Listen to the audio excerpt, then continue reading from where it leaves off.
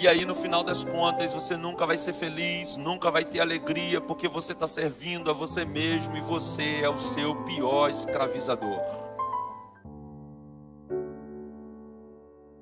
Ageu capítulo 2, versículo 8, diz assim a palavra do Senhor: minha é a prata e meu é o ouro, disse o Senhor dos exércitos.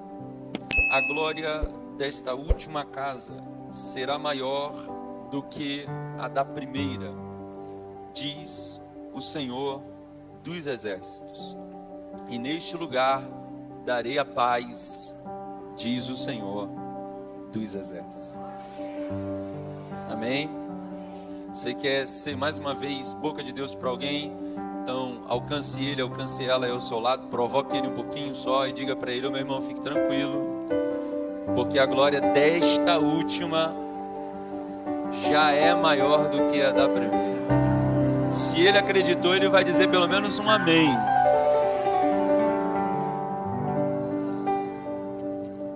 Queridos irmãos, Ageu é um profeta pós-exílio, levantado por Deus para falar em um período de reconstrução.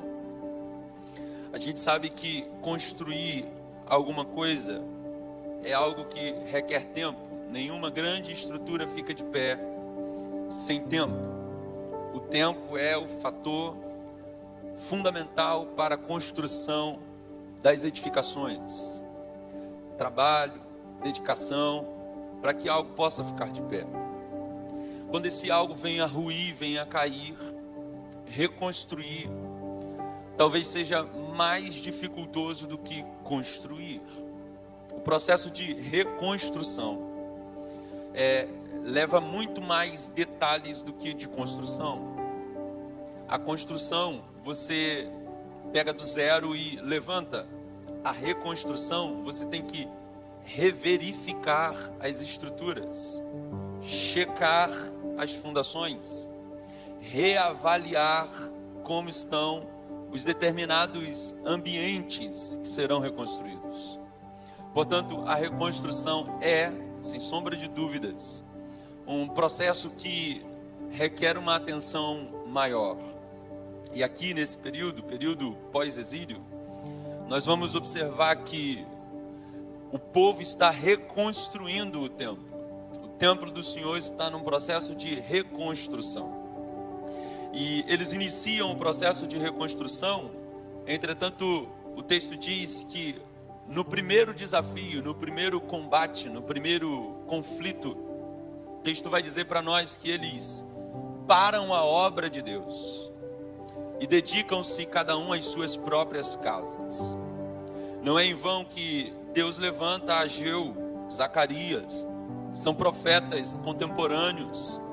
Deus os levanta para, nesse período, alertar e despertar o povo a respeito da casa do Senhor, que precisava ser reedificada. O argumento deles era: não chegou o tempo ainda, porque segundo as verificações de Daniel, do profeta Daniel, que foi do período do cativeiro, Daniel havia chegado à conclusão que a duração do cativeiro era de 70 anos. Portanto, eles acreditavam que ainda não havia chegado o prazo para que eles pudessem sair do exílio e voltar a reconstruir a casa do Senhor. E aí desanimam, param a obra, e o texto vai dizer que Deus levanta Ageu. E no capítulo 1, no versículo 4, Deus vai falar para o profeta, para o povo, dizendo: vocês dizem que não é tempo de edificar a minha casa, mas a casa que vocês habitam está sendo edificada, está sendo adornada. Então não é tempo de investir na minha obra, mas é tempo de investir nos teus projetos pessoais. Não é tempo de fazer a minha obra, mas é tempo de preocupar-se com a tua própria vida. Não é tempo de dedicar à oração, à comunhão, à palavra, mas é tempo de dedicar aos teus interesses, aos teus objetivos, às tuas individualidades. E é por isso que vocês comem e não matam a fome. É exatamente por isso que vocês bebem e a sede continua. É exatamente por isso que vocês ganham dinheiro, mas não para no bolso. Por que, Senhor? Porque vocês estão invertendo as prioridades. Vocês estão invertendo as posições. Então vocês estão colocando em primeiro lugar as necessidades pessoais de vocês em detrimento daquilo que é a obra do Senhor na vida de vocês.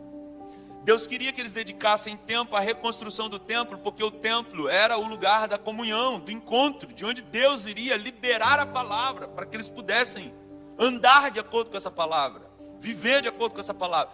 Existia uma graça liberada por Deus naquele movimento que acontecia na reunião no templo, e era isso que Deus queria restaurar a dimensão transcendente, a dimensão sobrenatural, a dimensão em que eles viviam a comunhão com Deus. Entretanto, eles dizem, não, é muito esforço, muito trabalho, é muito difícil.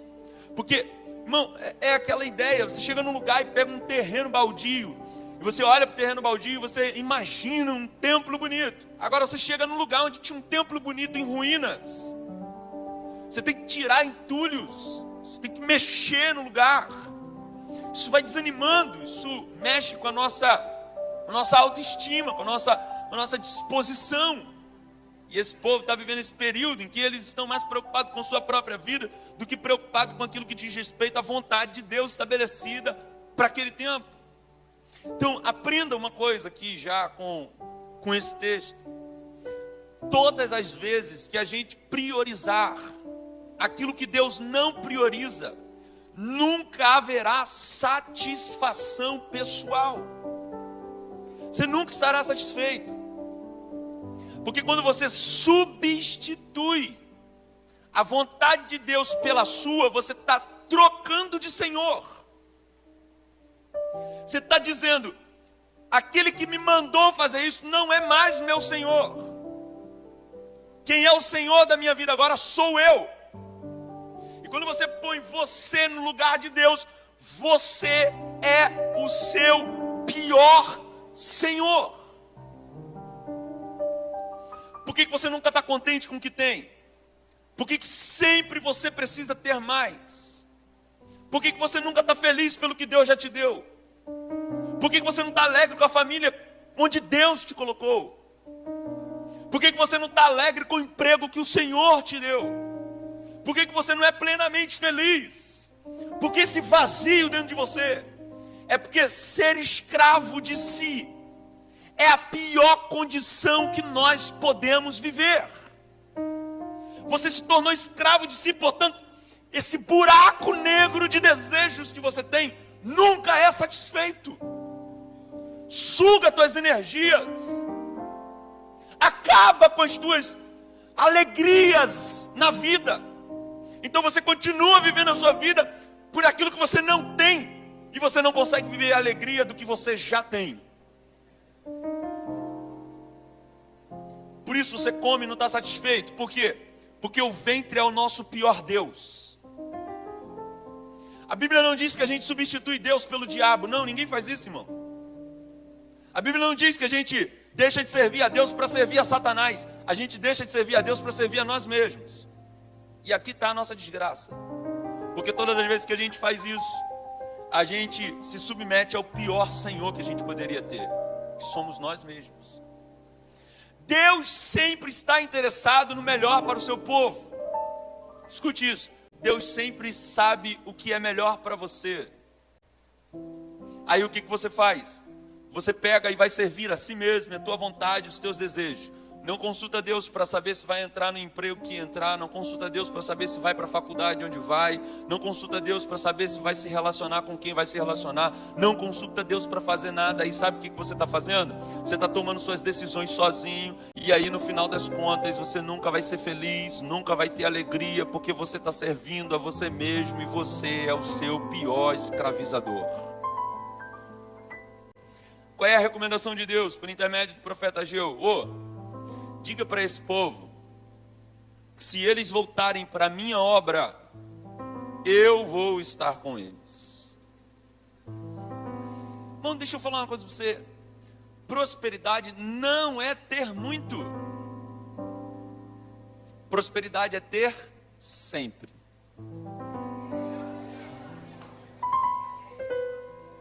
Talvez você esteja aqui pensando assim: não, mas eu preciso muito daquilo, preciso muito daquilo outro. E você não precisa de muito daquilo. Você só precisa ter sempre. De quanta água você precisa para viver? Não de muita. Você precisa de água sempre. Aí Deus vai dizer para eles, ó, avisa eles que o dia em que eles se voltarem para mim, redirecionar a sua prioridade, eu, o Senhor, estarei com eles todos os dias.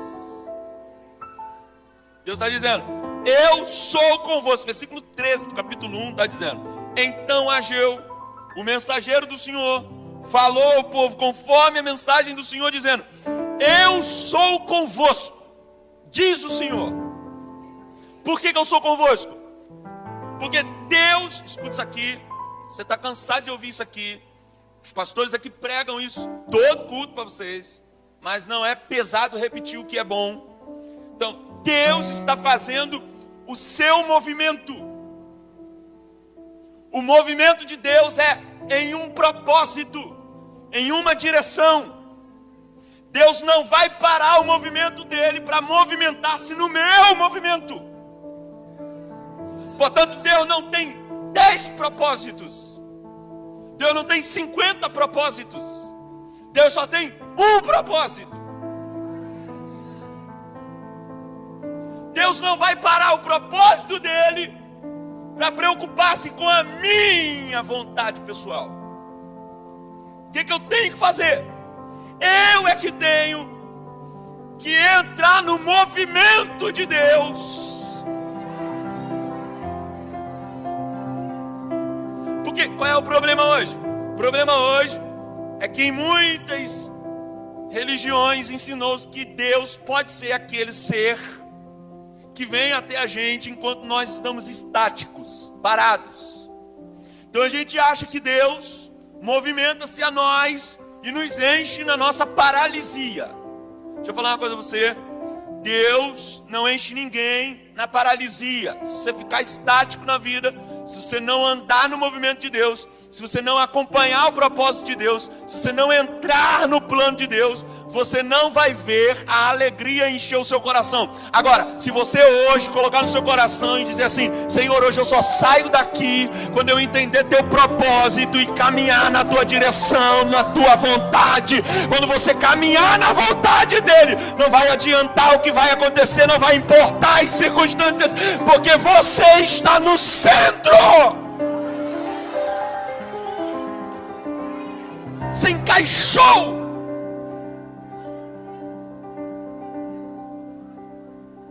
Não é o tanto de poder de Deus que você tem. Vou falar uma coisa para você. Se tem uma coisa que filho não precisa, é de poder do pai.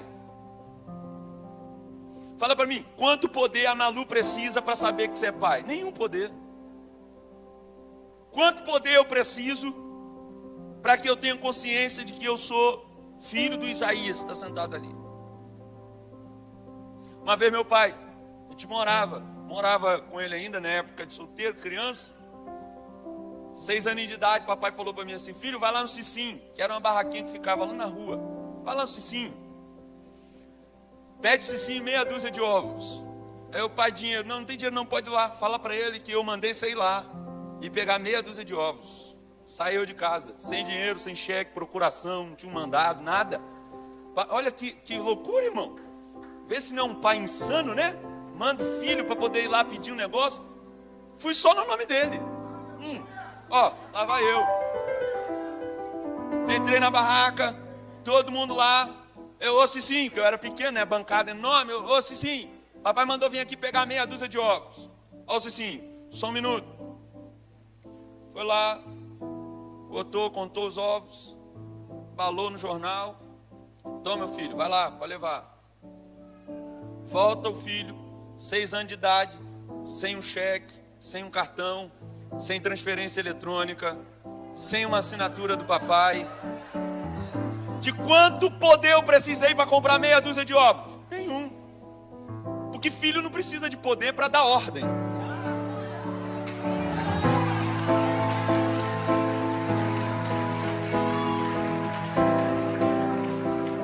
Por que você está preocupado em ter poder? Porque não entendeu o propósito. Eu fui lá porque eu entendi o propósito do papai. O papai só quer meia dúzia de ovos. Eu não vou pedir uma dúzia, eu vou pedir meia dúzia. Se eu pedir uma dúzia, eu estou fora do propósito. Agora eu vou chegar lá e vou pedir meia dúzia. Aí quando eu cheguei lá, o cara olhou para mim e viu que eu era uma criança. Ele podia me devorar, me destruir, me matar, porque tinha mais poder do que eu. Eu não tinha tanto poder quanto o Sim tem poder. Agora de repente eu tenho até algum poder, mas na época eu não tinha poder nenhum.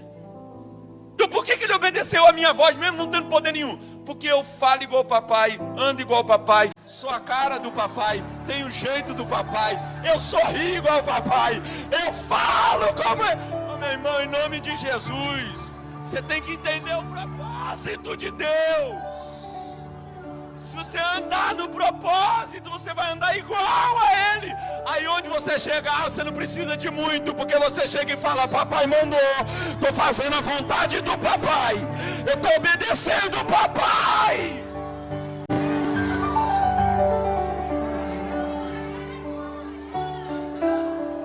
Só que isso só acontece com gente que está andando no propósito do Pai.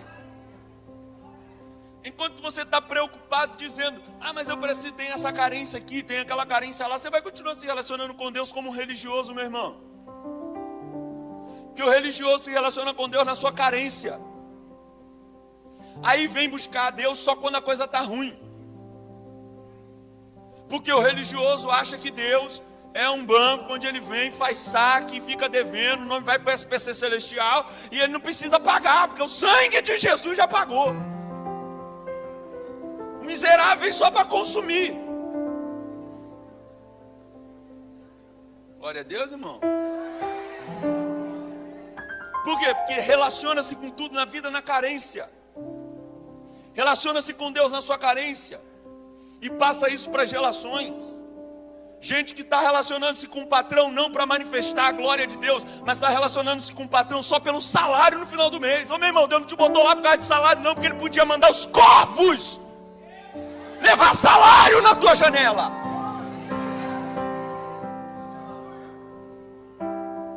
Ele podia mandar qualquer um chegar lá e mandar o salário para mim. Mas por que Ele me faz trabalhar? Porque o trabalho faz eu encontrar.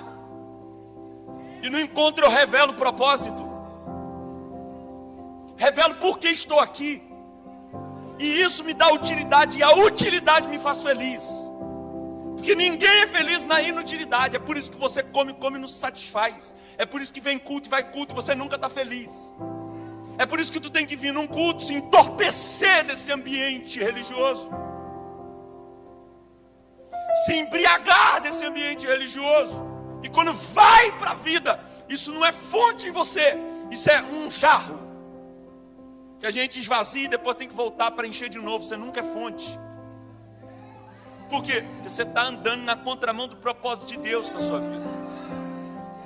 Você continua relacionando-se com Deus a partir da tua carência. Aí você vem aqui porque está carente de alguma coisa, recebe o que você quer, vai para a vida e percebe que o que você precisava não era daquela coisa. O que você precisava era dele. E aí quando você descobre que era dele que você sentia falta, aí você vem aqui, não importa mais as coisas, o que importa agora é a presença.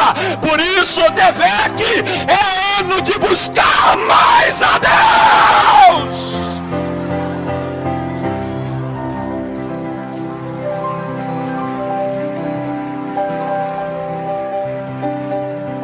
Eu disse isso aqui no ano passado. A gente não coloca uma proposta temática à toa. A gente coloca uma proposta temática porque a gente quer bater até firmar um entendimento. Por que os pastores da Devec, pastor Silas, colocam uma temática? Porque quer fundamentar isso em nós. Você foi instruído em manifestar a fé. Agora você está sendo instruído em viver uma vida de busca. Busca de quê? De um único propósito. Não é busca da tua vontade, é busca da vontade dele.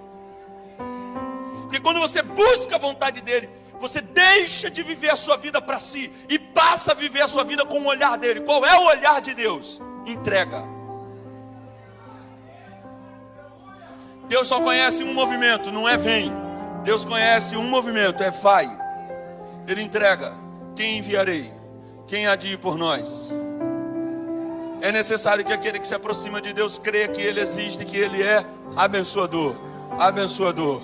Abençoador. Entrega.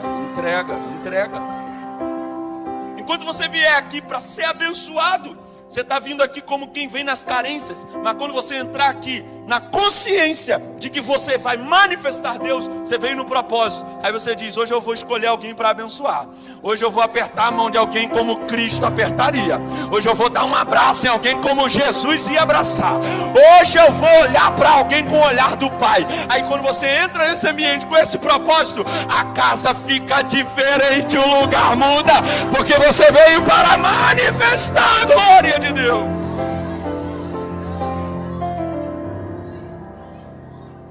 Quando eles entenderam isso, Deus disse: eu estou convosco. Quando a gente entende isso, Deus diz: estou com vocês, estou com vocês, estou com vocês.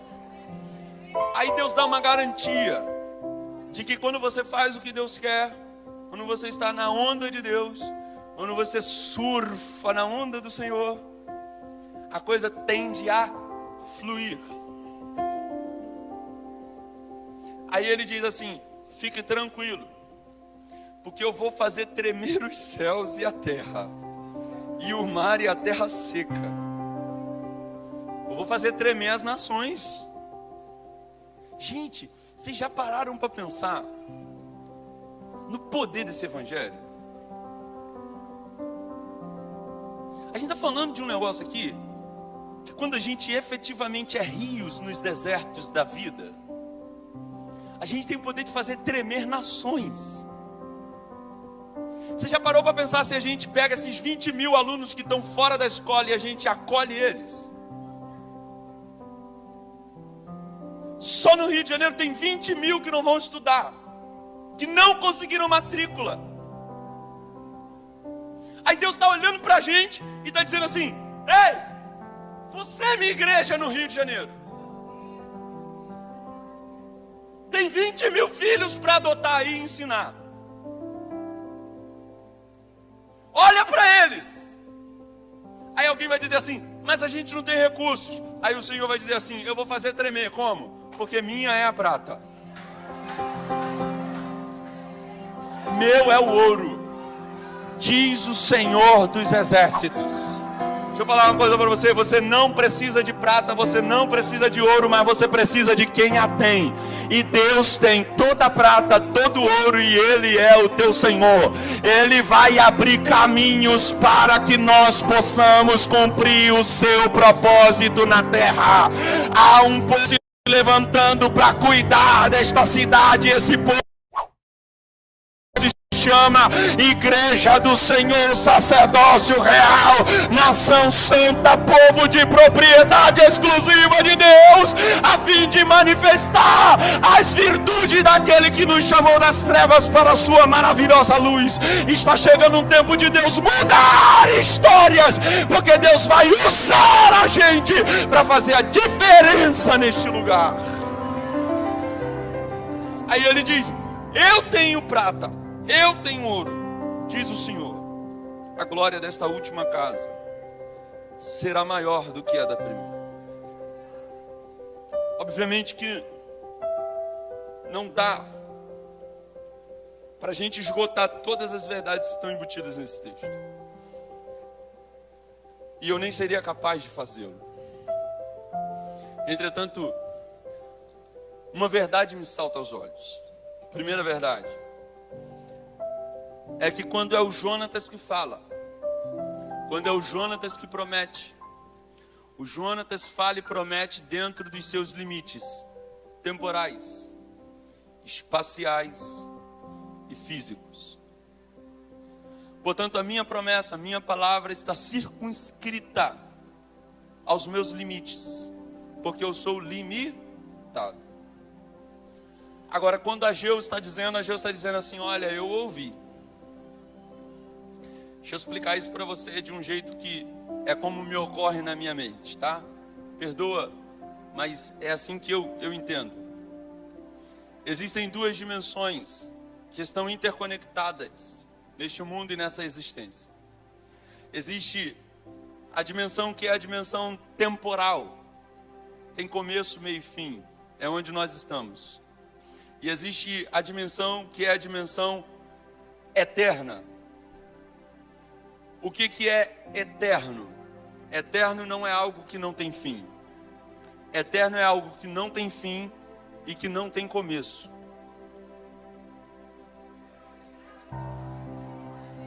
Deixa eu explicar para você uma coisa. Ageu está aqui, começo, meio e fim. Deus está aqui, nem começo, nem fim. Portanto, tudo que Deus diz é. Portanto, tudo que Deus diz foi. Portanto, tudo que Deus diz será. Eu não tenho como te explicar isso, porque ele mesmo diz que nele se confunde o alfa e o ômega. Você olha para ele e não sabe se está vendo o alfa ou o ômega. Não sabe se está vendo nem o princípio nem o fim. Aí ele está dizendo, ó, aqui está Ageu. Aí vamos imaginar que tem um furo na dimensão. É um feixe de eternidade. Isso se chama revelação.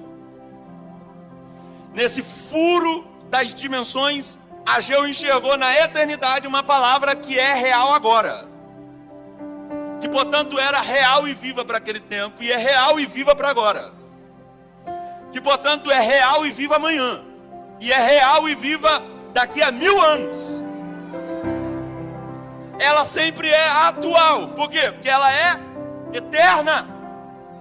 Deus está falando na eternidade. Por quê? Deus está dizendo, assim diz o Senhor dos Exércitos. Quando ele fala na dimensão eterna, ele está dizendo, o que eu estou dizendo é uma realidade inalterável, imutável. Então Deus está dizendo daquilo que tem limites nele, que está adstrito a ele, que tem a circunscrição dele. Agora vamos lá. Quais são os limites que há no teu Deus? Agostinho de Hipona, no seu livro As Confissões, ele disse, Senhor, tu és tão maravilhoso, que eu não sei se tu estás no universo ou se o universo está em ti.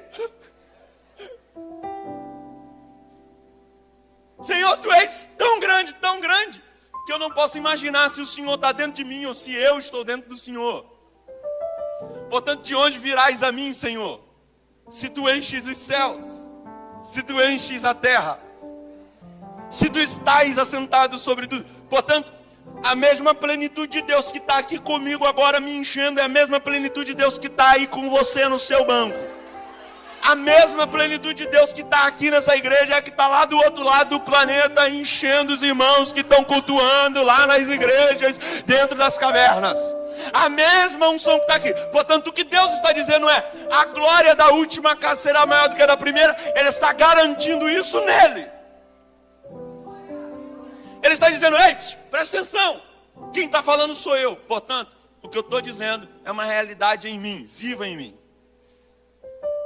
O que era aquela casa? Aquela casa era o lugar onde a gente, quando quer adorar, vai. Quando Deus quer ser adorado, Ele vai. Quando Salomão, e aqui caminho para encerrar, quando Salomão ele ora ao Senhor, Deus responde com fogo na dedicação, na consagração do templo. A Bíblia diz que Deus diz, portanto agora estarão atentos os meus ouvidos à oração que se fizer nesse lugar e os meus olhos ao pedido, ao clamor que vocês fizerem aqui. Deus estava dizendo, olha, o dia que eu quiser ser adorado eu vou vir aqui. O dia que eu quiser ser louvado eu vou vir aqui. Na reunião de vocês eu encontro gente que adora. Aí a pergunta não é, porque todo crente sabe onde Deus habita. Todo crente vai falar, Deus habita aqui.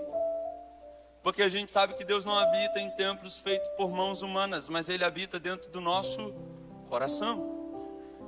Agora, eu inverto a pergunta. Se quando Deus quer ser louvado, adorado, Ele encontra um coração contrito e quebrantado para nele habitar, onde é que nós vamos quando queremos adorar? Onde nós vamos quando queremos adorar? Aí alguém pode dizer assim, mas Jonatas, quando a gente quer adorar, a gente vem para a igreja. Mas a gente acabou de dizer que Deus não habita em templos feitos por mãos humanas. Portanto, a adoração não tem a ver mais com o aspecto geográfico. Agora, a gente deveria perguntar se alguém na Bíblia fez a mesma pergunta. E eu acho que uma mulher adúltera fez essa pergunta teológica há cerca de 2000 anos atrás. Jesus está num papo com uma mulher sentada na beira do tanque. E aí no meio do papo a mulher puxa um assunto teológico que a gente está discutindo hoje. Olha só. Da cadeira de academia. De tese de mestrado de teologia. A mulher vai fazer a pergunta: Senhor, os nossos pais dizem que é para adorar nesse monte, vocês judeus dizem que é para adorar em Jerusalém. Onde é que se deve adorar? Qual é a resposta de Jesus?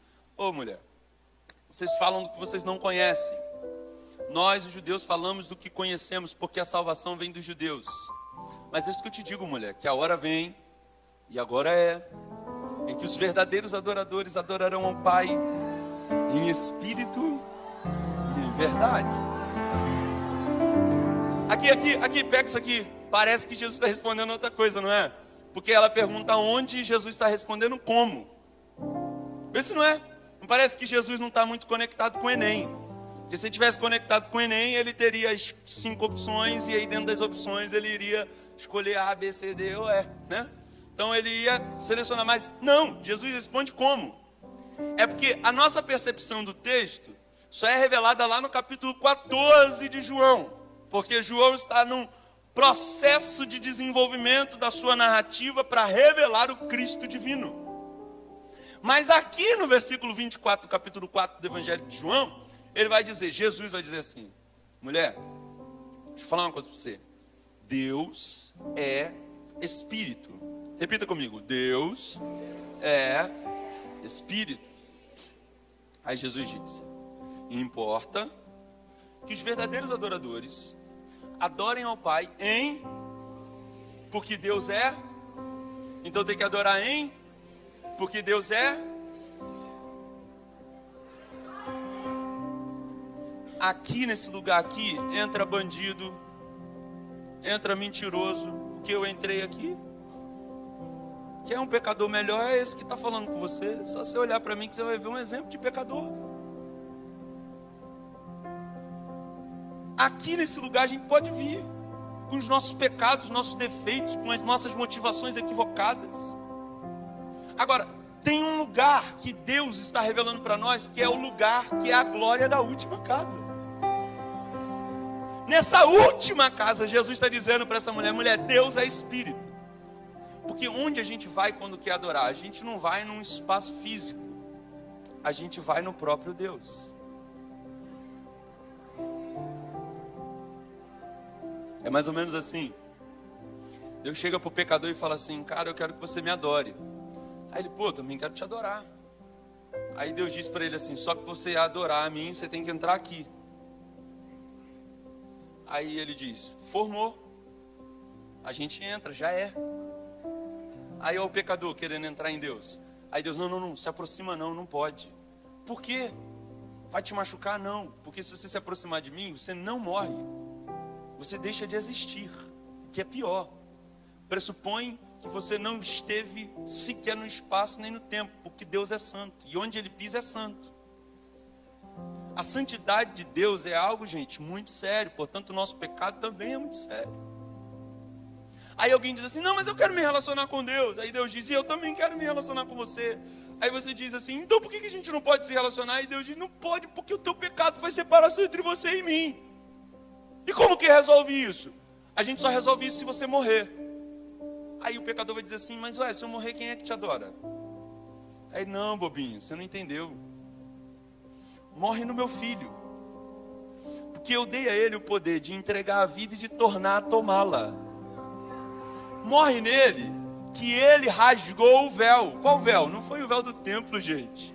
Em Hebreus a revelação está clara, está escrito para nós que ele rasgou o véu da sua carne. Quando Jesus estava na cruz morrendo, o furo não era para o sangue vazar, o furo era para eu entrar.